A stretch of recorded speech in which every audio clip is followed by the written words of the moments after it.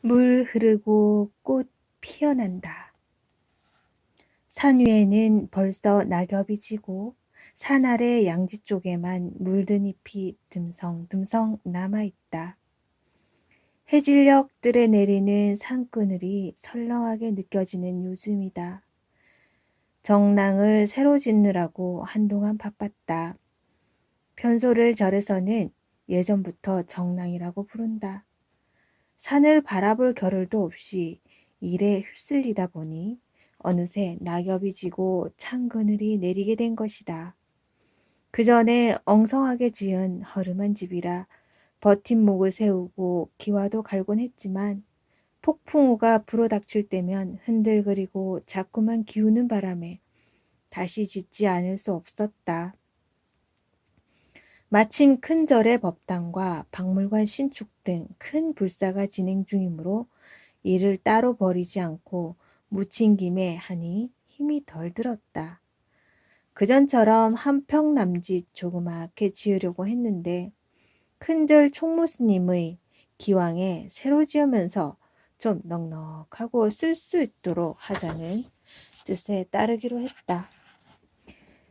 집을 지으면서 사람이 먹고 산다는 게 왜 이리 복잡할까 하는 생각이었다.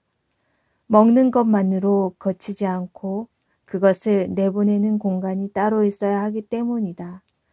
양옥의 경우는 지붕 밑 한쪽에 붙여 놓으면 되지만 한옥은 따로 떼어서 멀찍이 세워야 한다.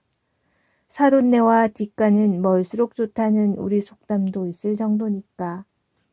때마침 바쁜 농사철이라 일꾼을 얻을 수가 없어 큰절 목수들이 몸소 자재를 저날랐다.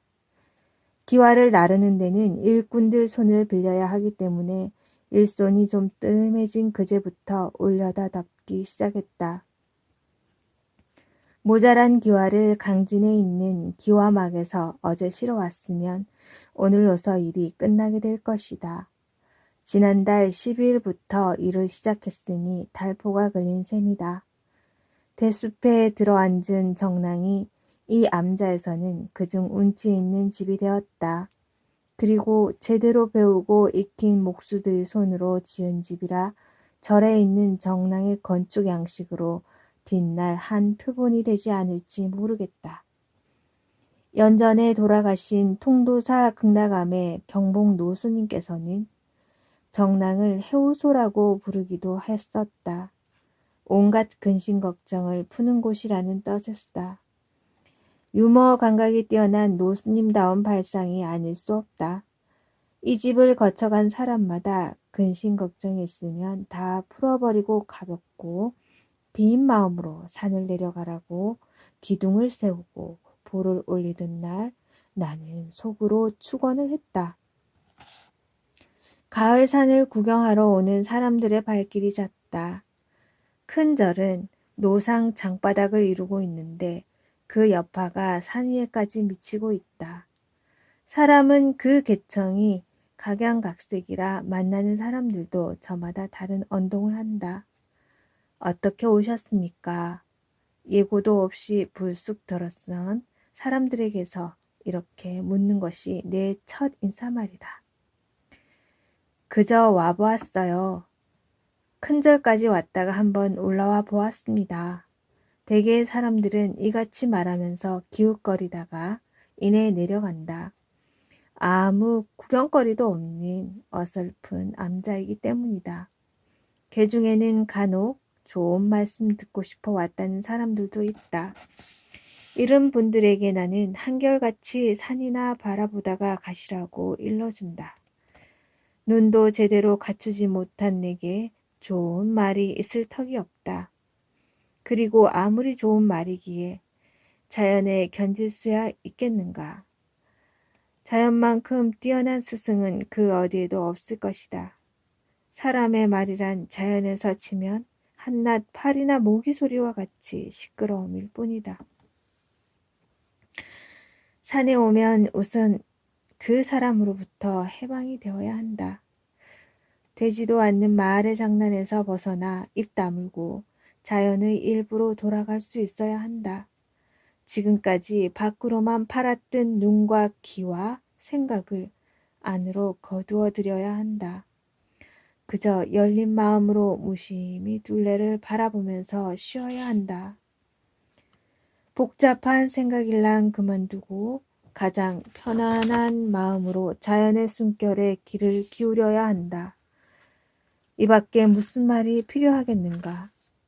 그 알량한 말로 인해서 지금까지 우리는 얼마나 눈멀어 왔고 귀 먹어왔는지 냉정하게 되돌아볼 줄 알아야 한다.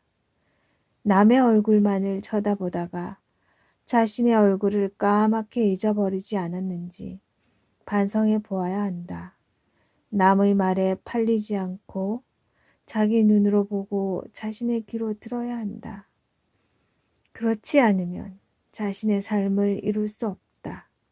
자연은 때묻고 지친 사람들을 맑혀주고 쉬도록 받아들인다. 우리는 그 품 안에 가까이 다가가 안기기만 하면 된다. 그래야 닳고 관념화되어 꺼풀만 남은 오늘의 자신들을 회복시킬 수 있다. 언젠가 학생인 듯한 한 젊은이가 찾아와 불쑥 수료화계실이 어디냐고 물었다. 내가 서 있는 바로 그 자리다 라고 했더니 그는 어리둥절해 했다.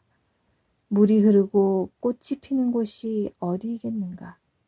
물론 산에는 꽃이 피고 물이 흐른다. 그러나 꽃이 피고 물이 흐르는 곳이 굳이 산에만 있으란 법은 없다.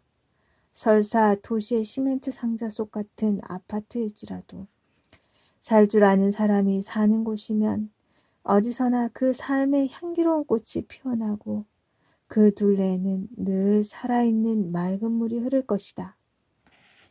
사람은 어디서 무슨 일에 종사하면서 어떤 방식으로 살건 간에 자기 삶 속에 꽃을 피우고 물이 흐르도록 해야 한다. 그렇지 않으면 하루하루 사는 일이 무료하고 지겹고 시들해지고 만다. 자기 자신이 서 있는 그 자리를 두고 딴 데서 찾으려고 한다면 그것은 헛수고일 뿐.